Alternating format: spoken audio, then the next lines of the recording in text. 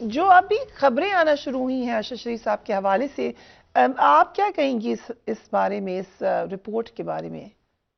دیکھیں، میں کیسے کسی رپورٹ پہ کمنٹ کروں جب وہ ہمیں ملی ہی نہیں ہے. ہمارے ساتھ نہ پاکستان کی گورنمنٹ تعاون کر رہی ہے، نہ کینیا کی گورنمنٹ تعاون کر رہی ہے. میں نے کینیا کے کتنے آفیشلز کو اپروچ کیا اور وہ بالکل بھی تعاون نہیں کر رہے تھے. تو مجھے ایسا لگا کہ شاید اس ملک کا حال جو ہے وہ ہمارے ملک سے بھی کہیں گیا گزرا ہے. وہاں جتنے صحافی اس وقت کور کر رہے ہیں، انہوں نے جب بات کرنے کی کوشش کی کینین آفیشل سے تو ان کا وہی رویہ تھا جو کہ ان کا میرے ساتھ تھا، کہ وہ بالکل کوآپریٹ نہیں کر رہے تھے. سمپیتھیٹک تھے، ہمدردی کر رہے تھے، لیکن تعاون نہیں کر رہے تھے. کچھ بھی نہیں بتا رہے کہ ان کے گیجٹس کہاں ہیں، ان کے ساتھ کیا ہوا، لوگوں نے کیا سٹیٹمنٹ دیے، ارلی رپورٹ کیا تھی، اوریجنل پوسٹ مارٹم رپورٹ کہاں ہے. Same goes for Pakistani government کے وہ ہم سے تو رابطے میں ہی نہیں ہیں، اور جو وہ فائنڈنگ لے کے آئے ہیں اس حوالے سے بھی ہمیں کچھ نہیں بتایا گیا. صرف ایک میڈیا ٹرائل شروع کیا ہوا ہے. ہمیں بھی جو کچھ پتہ چلتا ہے وہ میڈیا سے پتہ چلتا ہے. تو کل جو کچھ ہوا وہ بہت زیادہ شاکنگ تھا، کیونکہ میں نے ارشد کا صرف چہرہ، گردن اور سینہ دیکھا تھا. میں ظاہر فتح مجھے اس وقت اتنا ہوش کہاں تھا کہ میں ایک ڈاکٹر کی طرح یا ایک صحافی کی طرح جانچ کرنا شروع کر دیتی. اور اس طریقے سے جب وہ ان کے اعضاء کو اس طرح دکھایا گیا، جو کہ انتہائی غلط چیز ہے. ارشد بہت پرائیویٹ پرسن تھے اپنی لائف میں بہت پرائیویٹ رہی ہوں، اور ہم کبھی کسی کے لیے انصاف کی آواز اٹھاتے تھے تو ہم اس کا چہرہ بلر کر دیتے تھے یا بلیک اینڈ وائٹ کر دیتے تھے یا شناخت کو چھپا کی کوشش کرتے تھے. جب میں نے وہ ہاتھ دیکھا تو وہ ہاتھ انہی کا تھا، اور میں نے ایسے پہچانا. جب میں نے تصویریں، میرا پورا فون بھر گیا ان تصویروں سے ایک دم سے. اور ہم لوگ پیمس میں کیمرہ نہیں لے کے گئے تھے اندر جہاں پہ ارشد کو رکھا ہوا تھا پوسٹ مارٹم کے لیے. مجھے اتنی زیادہ حیرت ہوئی جب وہ جو تل نظر آیا نا مجھے ان کی انگلی پہ، تب مجھے پتہ چلا یہ انہی کا ہاتھ ہے. اور وہ سب دیکھنا اس قدر تکلیف دہ تھا کہ مجھے ایسے لگا کہ میں اس پہلے دن میں ہی چلی گئی ہوں جب مجھے اطلاع ملی تھی، اور میں اس دن میں چلی گئی ہوں جب میں نے پہلی دفعہ ان کا دیدار کیا تھا مارچری میں. تو یہ سب مطلب میڈیا کو بھی تھوڑا سا احساس کرنا چاہیے کہ آپ اگر ان کے انصاف کے لیے آواز اٹھا رہے ہیں تو کسی جرنلسٹک نارمز کو سامنے رکھ کر اٹھائیں. اور حکومت سے کوئی یہ سوال کیوں نہیں کر رہا کہ آخر ایسی کیا وجہ ہے جو وہ ہمیں پوسٹ مارٹم رپورٹ دینے سے کترا رہے ہیں. اور دوسرا، ارشد کے اوپر 16 FIRs کس نے کرائی تھیں اور ارشد کو آف ایئر کس نے کرایا تھا؟ ان سوالات کے جوابات مجھے جو ہیں وہ چاہیے. جویریہ، اب یقیناً آپ وہاں پہ گئی تھی اور وہ وقت نہیں تھا یہ تمام دیکھنے کا. کسی اور نے آپ سے کچھ ذکر کیا تھا کہ کوئی سسپیشس معاملات ہیں یا کوئی ایسے نشانات ہیں جو اور لوگ بھی وہاں پر موجود تھے؟ ظاہر ہے ارشد صاحب کے دوست تھے، ان وہاں کی پہ فیملی کے دیگر. بہت زیادہ لوگ نہیں تھے.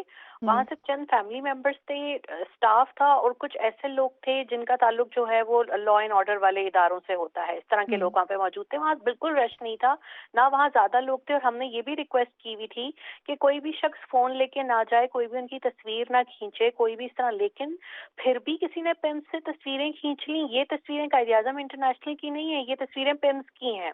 اور یہ مجھے اس چیز کا بہت صدمہ لگا کہ آپ نے ایک میت اور جسد خاکی کا احترام نہیں کیا. اگر کوئی ایویڈنس کے لیے لی گئی تھی تو کمیشن کے سامنے رکھی جاتی.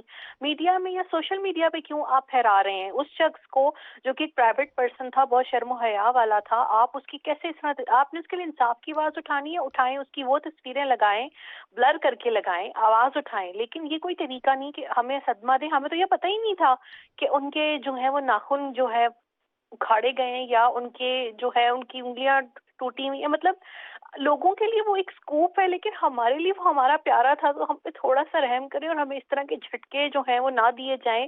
ہمارے سے پہلے پوسٹ مارٹم رپورٹ دوسروں تک کیسے پہنچی؟ یہ بڑا اہم سوال ہے. اور آپ یہ، کیونکہ ارشد شریف صاحب ہماری فٹرنیٹی کے تھے، تو میڈیا کا ایتھکلی بھی یہ خیال کرنا ضروری ہے کہ آپ کی اپنی فیملی کا انسان ہے تو ان کی فیملی بھی آپ کی فیملی ہے.